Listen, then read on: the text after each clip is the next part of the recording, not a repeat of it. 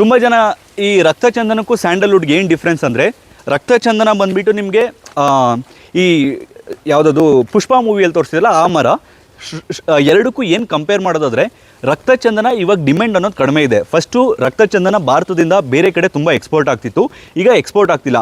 ಇವಾಗ ಹೈಯೆಸ್ಟ್ ರಕ್ತಚಂದನ ತುಂಬ ಇವಾಗ ಅಂದರೆ ನಿಮಗೆ ಶ್ರೀಗಂಧ ಕಂಪೇರ್ ಮಾಡಿದ್ರೆ ಸ್ವಲ್ಪ ರೇಟ್ ಅನ್ನೋದು ಕಡಿಮೆ ಇರುತ್ತೆ.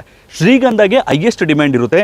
ಶ್ರೀಗಂಧನ ಎಲ್ಲೆಲ್ಲಿ ಬಳಸ್ತಾರೆ ಅಂದರೆ ಸೋಪಲ್ಲಿ ಬಳಸ್ತಾರೆ, ಪರ್ಫ್ಯೂಮಲ್ಲಿ ಬಳಸ್ತಾರೆ, ಲಕ್ಸುರಿ ಟೇಬಲ್ಸ್ ಮಾಡೋವಂಥದ್ರಲ್ಲಿ ಬಳಸ್ತಾರೆ. ತುಂಬ ಅಂದರೆ ನೀವೇನಾದರೂ ಹಾಕೋಂಗಿದ್ರೆ ಸ್ವಲ್ಪ ಇದು ಕೊಟ್ಟು ಶ್ರೀಗಂಧನೇ ಹಾಕಿ. ರಕ್ತಚಂದನಗೆ ಮತ್ತು ಶ್ರೀಗಂಧ ಕಂಪೇರ್ ಮಾಡ್ಕೊಳ್ಳೋದಾದರೆ ಇದಾಕಿ.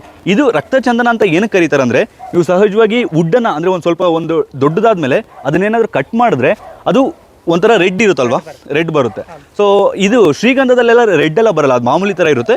ಅದರೊಳಗಡೆ ಹಾರ್ಟ್ ವುಡ್ ಅಂತ ಇರುತ್ತೆ, ಸಾಫ್ಟ್ ವುಡ್ ಮತ್ತು ಹಾರ್ಟ್ ವುಡ್ ಅಂತ.